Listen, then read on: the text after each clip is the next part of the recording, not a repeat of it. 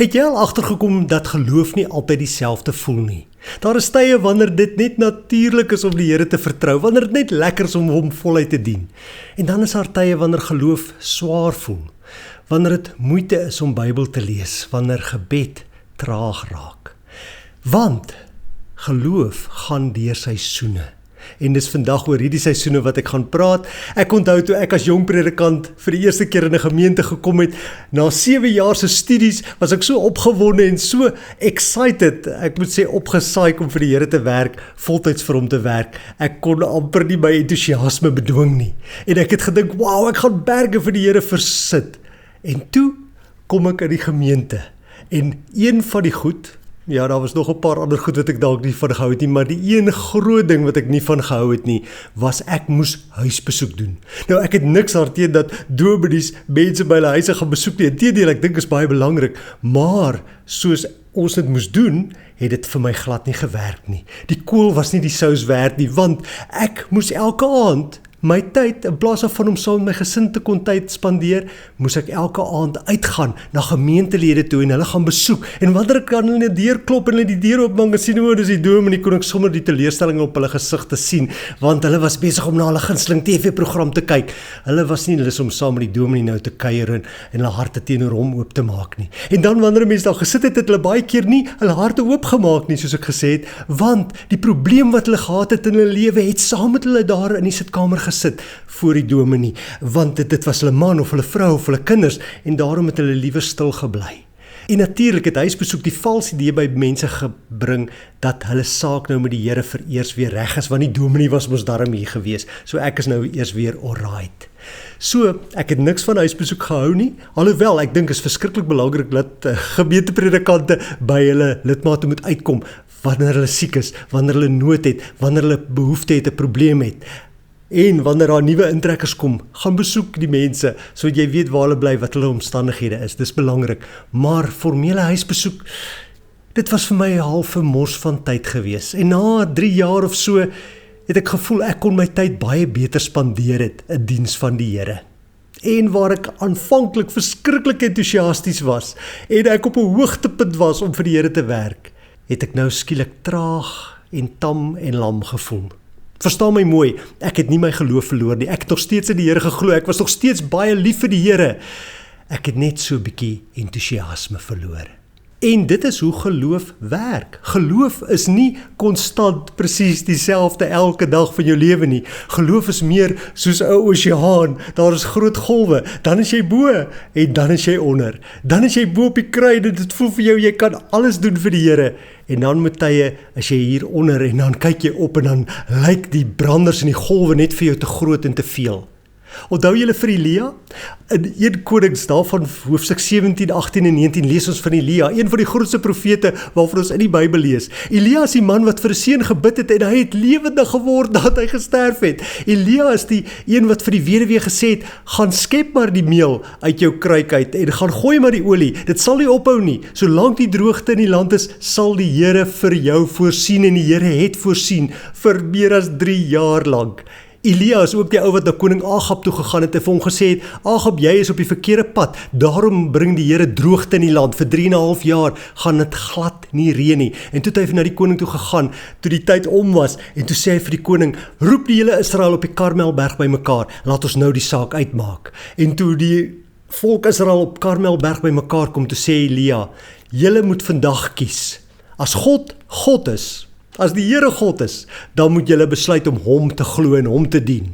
As Baal God is, volg dan hom. So kom ons maak vandag die saak uit. En toe sê hy, kies vir julle 'n bil. Hier is 2. Kies julle die beste een vir julle. En dan berei hulle hom voor, sit hom op 'n altaar en dan offer die 450 profete van Baal hom vir Baal. Maar daar's 'n catch. Julle mag nie die vuur aansteek nie. Nee, julle moet vir Baal, as julle hom wil dien, vra om die vuur te gee waar die offer aan die brand gaan steek. En so gemaak, so gedaan, hulle het die bil op die altaar gesit, die 450 profete van Baal, en hulle het begin bid tot Baal en gesê, Baal, stuur asseblief vir ons vuur uit die hemel. En daar was niks. Crickets, doodstil. Baal het nie geantwoord nie, want Baal is nie 'n god nie. Hy is 'n afgod en hy kan nie vuur uit die hemel stuur nie.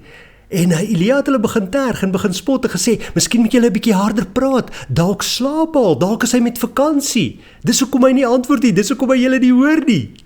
En so teen middagete was hulle radeloos geweest, maar Elia het aangehou met hulle die spot te dryf. Later het hulle so tekeer gegaan, hulle het gedans en geroep en gebid vir Baal. Hulle het selfs hulle lywe stikkend gesny met swaarde en met messe, soos wat hulle gewoonte was wanneer hulle tot Baal gebid het.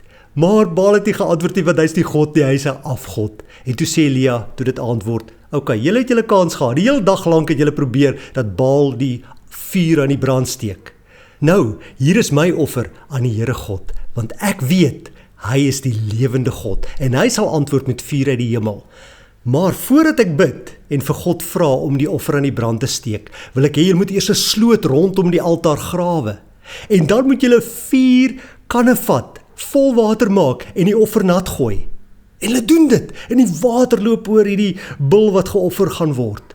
En Elia sê vir hulle, doen dit weer, doen dit nog 'n keer, nog 2 keer, 3 keer gooi hulle die 4 kanne oor die offer, soveel sodat die sloot wat rondom die altaar is, vol water word.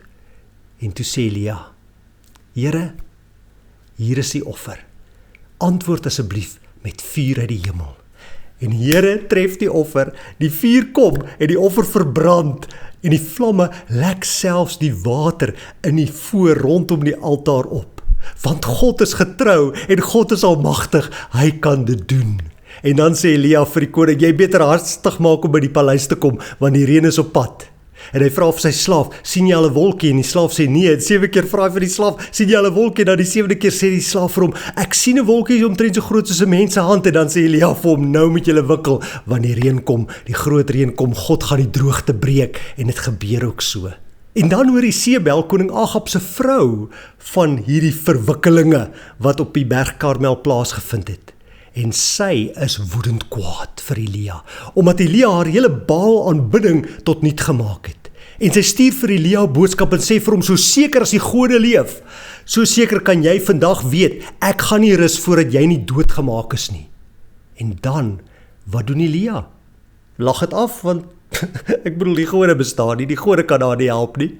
Nee, ons lees dat Elia eintlik so bietjie depressief raak. Kom ek vat julle na 1 Konings 19 toe. Elia het bang geword en terwille van sy lewe gevlug. Toe hy by Berseba in Judea kom, het hy sy slaaf daar agtergelaat. Hy self het egter 'n dagreis ver die woestyn ingegaan. Daar het hy onder 'n besembos gaan sit en gewens hy gaan dood. Hy het gesê, nou is dit genoeg, Here, neem my lewe, want ek is niks beter as my voorvaders nie. Toe gaan lê hy, en hy daar onder die besembos aan die slaap geraak. Elia, die profeet van die Here, wat nie bang was nie, wat opgestaan het, wat gesê het, nou maak ons die saak uit, wat gebid het vir droogte, wat gebid het vir vuur uit die hemel, wat 'n seun lewende gemaak het. Toe hy hoor, Isebel die koningin is agter sy bloed aan, toe sy bang, toe sy bevrees, toe gaan sit hy in sak en as daar in die woestyn, en hy sê, Here, vat nou maar liewer my lewe. Maak my liewer dood, want so kan ek nie aangaan nie. Hy is toe sommer down in the dumps, om het so te stel. Hoe werk dit? Want geloof is nie konstant nie. Geloof werk in seisoene. En partykeer is dit winter, en partykeer is dit lente, partykeer is dit herfs, en partykeer is dit somer. En dalk is jy op die oomblik in die winterseisoen, waar geloof vir jou swaar en moeilik voel. Nou daar's 'n klompie redes hoekom geloof vir jou swaar en moeilik kan voel. En die eerste een is natuurlik sonde. As daar sonde in jou lewe ingekruip het, sonde wat jy begin vertroetel het, waarin jy gewoond begin raak het, dan moet jy dadelik daarvan ontslaa raak, want as niks wat 'n mens se geloof so afbreek, so sonde nie. Maar is nog 'n paar redes hoekom geloof soms moeiliker voel. En nog 'n rede is, omdat jou geloof besig is om volwasse te word.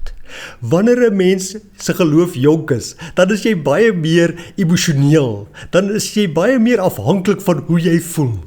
Maar hoe meer geestelik volwasse jy raak, hoe minder emosioneel raak 'n mens oor jou geloof. En hoe meer besef 'n mens, geloof is soos 'n spier wat geoefen moet word. En hoe oefen 'n mens 'n spier? Jy gee vir hom weerstand. Ek bedoel, as jy 'n sterk boarmspier wil kry, dan tel jy gewigte op, want die gewig gee vir jou die weerstand. Dink maar aan mense wat in gyms oefen. Die masjiene en die gewigte waarmee hulle oefen, gee vir hulle weerstand en dit maak hulle spiere sterk. Net so bring moeilike tye weerstand vir ons geloof. En dis daardie weerstand wat God gebruik om ons geloof sterker te maak, om ons geloof op te bou. Nog 'n rede waarom geloof soms moeilik voel, is omdat ons lewensomstandighede verander. Wanneer 'n mens teleurstelling in jou lewe beleef, wanneer jy dalk hartseer is, wanneer jy worstel met 'n probleem, dalk met siekte, dalk met finansies, dan beïnvloed dit hoe 'n mens jou geloof beleef, hoe jou geloof vir jou voel. Maar onthou, selfs wanneer geloof vir jou swaar voel, beteken dit nie God het jou verwerp nie. Want ons sien in Elia se geval daar in 1 Konings 19 dat toe Elia daar gaan lê en aan die slaap raak en sê, Here, vat maar liewer my lewe. Ek is klaar met hierdie lewe. Ek sien nie kans vir aangaan nie. Toe stuur God 'n engel om Elia wakker te maak. En die engel sê vir hom, Elia, kyk, hier is vir jou kos. Eet, hier is vir jou water, drink want jy het die krag nodig. God verstaan dat ons geloof deur seisoene gaan en wanneer ons in moeilike lewensomstandighede verkeer, dan is dit swaarder vir ons om te glo, dan is ons geloof vir ons moeiliker. Maar hy help ons daardeur en dit bring my by die volgende rede waarom geloof soms swaar voel. In Jakobus 1 vers 2 sê Jakobus, Jesus se broer vir ons, wees baie bly, sommige vertalings sê ook, ag dit louter vreugde wanneer daar allerlei beproewings oor julle pad kom, want soos julle weet, as julle geloof die toets deurstaan, het stel dit julle in staat om te volhard en die volharding moet eindtyd volgehou word, sodat dit tot volle geestelike rypheid kan kom. Jy sien, die moeilike seisoene, die moeilike tye, wanneer dit vir jou voel asof geloof swaar is, juist dit is wat God gebruik om ons wortels, die wortels van ons geloof, daar diep onder die grond te groei. Want daar is, wanneer jy na 'n boom kyk, kom ons kyk nou maar na 'n mooi vrugteboom, 'n perskeboom, dan sien jy wanneer dit blomtyd is die bloeisels, en daarna sien jy die vrug, en dit is so lekker om die vrug te gaan pluk, en dit is so mooi om te kyk na die bloeisels aan die boom. Maar weet jy wat, voordat die bloeisels kan kom, en voordat die vrug kan kom, moet daar in die winter eers wortelgroei wees, onder die grond, daar waar niemand sien nie, daar waar dit donker is, daar moet eers groei kom. En dalk is God op die oomblik besig met daardie wortelgroei in jou lewe. Hy is besig om jou voor te berei vir die volgende seisoen, vir dit wat op jou wag. Daarom vat hy jou nou deur hierdie moeilike tyd, waar geloof swaar voel vir jou. Maar onthou, God is besig met jou. Hy is besig met diep wortelgroei. Kom ek vertel vir jou wat jy kan doen om 'n seisoen van swaarmoedige geloof te oorleef, om daardeur te kom. Die heel eerste ding wat jy kan doen en behoort te doen is, moenie in jou toewyding verslap nie. Romeine 12 vers 11 sê, moenie in jou toewyding verslap nie, bly altyd geesdriftig, dien die Here. Ek wil hê jy moet 'n wilsbesluit neem, dat wanneer jy in 'n seisoen is waar geloof swaar en moeilik is, jy gaan besluit, ek gaan nie dat hierdie moeilike tyd, hierdie seisoen waar dit vir my voel asof geloof swaar is, my onderkry nie. Nee, ek gaan bo uitkom, ek gaan aan die ander kant uitkom met die hulp en die genade van die Here. Ek onthou, klop jaar gelede toe ek met 'n dare die Comrades Marathon gehardloop het, ek was glad nie voorberei nie, ek was inteendeel by die Comrades Marathon gewees om ander mense aan te moedig vir hulle langs die pad te skree, en toe die dag voor die tyd toe dare 'n vriend van my om die Comrades saam met hulle te hardloop, want een van die ander mense in die klub se pa skielik oorlede en hy kon nie hardloop nie, en hulle het met sy sak gesit en met sy chip en so aan, langs storie kort, ek het gesê, ja, kom ek doen dit, hoe erg kan dit wees? Dis net 90 km opdraand van Durban af na Pietermaritzburg. En weet julle, as iemand vir my vandag vra, hoe het jy dit reg gekry, om sonder om te oefen, die Comrades Marathon binne die tyd, binne 10 ure en 12 minute te voltooi, dan sê ek vir hulle, daar's 'n klompie redes, maar die eerste en die belangrikste rede is, omtrent seker so 15-20 km van die wegspring af, het ek die besluit geneem. Ek het vir myself gesê, Dani, dit wat jy nou doen, is so taaf, dit is so moeilik, ek gaan dit definitief nooit weer aan myself doen nie. So vandag gaan jy hierdie marathon klaarmaak, want môre, volgende jaar, oor 10 jaar, gaan jy definitief nie terugkom om dit weer te probeer nie. So vandag is die dag, ek het 'n wilsbesluit gemaak, ek gaan, buig of bars, hierdie marathon klaarmaak. En ek wil hê, as jy deur 'n moeilike geloofstyd gaan, dat jy so 'n wilsbesluit maak, om te sê, maak nie saak wat nie, kom wat wil. Ek gaan die Here met entoesiasme dien en ek gaan deur hierdie tyd, hierdie seisoen kom, want alhoewel dit nou soos winter voel, ek weet, die lente is op pad. Nog iets wat jy kan doen om deur 'n swaar geloofseisoen te kom, is om jou te wortel in eenvoudige geloofspraktyke. Wat bedoel ek daarmee? Dit beteken maar net, hou aan om jou Bybel te lees, om jou Bybel te bestudeer, hou aan om te bid. Gaan neem daardie gedeeltes in die Bybel, daardie gedeeltes wat jou in die verlede bemoedig het, en gaan lees hulle weer, gaan lees hulle oor en oor. Bly deel van die kerk, skakel in by 'n selgroep, by 'n klein groep, waar jy jou hart kan deel, waar ander vir jou kan bid, waar jy ook vir ander kan help en bedien, want God gebruik daardie gawe van jou, daardie gawes wat hy vir jou gegee het, juis om jou gemoed op te lig, om jou geloof te versterk, en om jou deur hierdie moeilike seisoen van geloof te dra.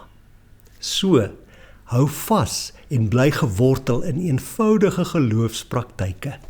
Die laaste ding wat ek wil noem, wat jy kan doen, as jy deur 'n moeilike geloofseisoen wil kom, en dit is eintlik so voor die hand liggend. Hou in gedagte, dat seisoene verander. Seisoene bly nie dieselfde nie. Terwyl ek hier so sit, is dit somer in Suid-Afrika. Dit is vuur warm hier in die Kaap. Maar ek weet, oor 'n paar maande van nou af, gaan die reën kom, gaan die winter kom, gaan dit afkoel, en gaan die seisoen dramaties verander. En in ons geestelike lewe is dit presies dieselfde. Die seisoen waarin jy nou is, gaan nie vir altyd bly nie. As jy nou op 'n hoogtepunt is, waar dit vir jou heerlik is, waar jy entoesiasties is om die Here te dien, onthou, daai seisoen gaan verander. Wees voorbereid vir wanneer dit verander. Dat jy nie dan sê, nee, dis te erg, soos wat Elia gesê het nie, maar dat jy dan nog die Here vertrou. En as jy nou in 'n swaar seisoen is, waar dit vir jou voel, ek wil ook soos Elia net gaan lê en sê, Here, dis verby met my. Onthou, die seisoen gaan en sal verander. Dit wat nou swaar is, dit wat nou moeite is, gaan makliker en makliker raak. En ek wil jou bemoedig met 'n laaste storie van George Muller. Hy het hier in die 1800s geleef, en so teen 1870 het hy baie sendingreise onderneem. Hy is eintlik 'n ou wat in Pruisië gebore is. Ek dink in die huidige sou dit seker Duitsland wees, maar destyds was dit deel van die Pruisiese ryk. En hy het in Engeland gekom, en toe hy begin het met sy bediening, het hy in Engeland gaan bly, en daar het hy 'n kinderhuis begin. En op die ou end in sy leeftyd is al meer as 10,000 kinders wat deur sy kinderhuise versorg is. Maar George Muller was nie net 'n vader vir kinders nie, hy was ook 'n evangelis. En so in die 1970s, toe gaan hy op 'n skip, en hy vaar van Engeland af na Kanada toe, om te gaan evangelisasie werk doen. En terwyl hulle op die oop see daar in die Atlantiese Oseaan is, toe stap hy eendag op die dek uit, en hy sien die digte mis rondom hulle, en hy gaan praat met die kaptein daar, en hy sê vir hom, kaptein, wanneer verwag jy gaan ons in Kanada aankom, want ek het Saterdag 'n afspraak in Quebec. En die kaptein kyk hom so, hy sê vir hom, daar is nie 'n manier wat jy Saterdag in Quebec gaan wees nie. Hierdie mis, soos hy nou lê, gaan lank hier bly, ek ken hom. Daar's nie 'n manier wat ons kan vaar in hierdie mis nie. En George Muller sê vir hom, kaptein, ek het nog nooit 'n afspraak gemis nie. In my 57 jaar wat ek die Here dien, het ek al my afsprake nagekom, en Saterdag moet ek in Quebec wees. Kom ons gaan bid daaroor. En die kaptein het maar ingestem, en hulle het onder in die boeg van die skip gaan bid. En George Muller het begin, en hy het gesê, Here, U weet, ek moet Saterdag in Quebec wees, in Kanada. En op die oomblik is die mis ons hindernis. Daarom bid ek nou, vat die mis weg, in Jesus naam. En hy sê, Amen. En die kaptein sê, goed, ek sal ook maar 'n gebed doen, en George Muller sê vir hom, nee kaptein, onder geen omstandighede mag jy bid nie, want in die eerste plek, glo jy nie dat God die mis kan wegvat nie, en in die tweede plek, glo ek dat God klaar die mis weggevat het. En hulle stap uit op die dek, en toe hulle bo kom, Wat sal hulle sien? Die mis is weg. Want George Muller het God vertrou, ook in die moeilike tye, toe die mis om hulle was, toe hulle nie 'n ding voor hulle kon sien nie, het hy geweet, God is in beheer. God wat die mis gestuur het, kan ook die mis wegvat. Onthou, as dit moeilik is van jou vandag om te glo, as geloof vir jou swaar voel, God is in beheer. Kies om hom te vertrou. My naam is Dani Mattee. As jy nog nie gesubscribe het nie, maak so. As jy 'n member is van die kanaal, baie dankie dat jy my bediening ondersteun. Sonder jou ondersteuning is dit onmoontlik vir my om hierdie werk te doen. Ek het nie ander inkomste nie. Dit is maar net my YouTube kanaal wat ek doen, omdat die Here vir my gesê het gedurende COVID, dit is wat jy moet doen. Dit is hoe ek wil hê jy mense moet bedien in my naam. So, mooi dag verder, mag die Here jou seën, mag hy jou uit jou sokkies uitbless, sodat jy ook 'n seën kan wees vir die mense rondom jou. Totsiens.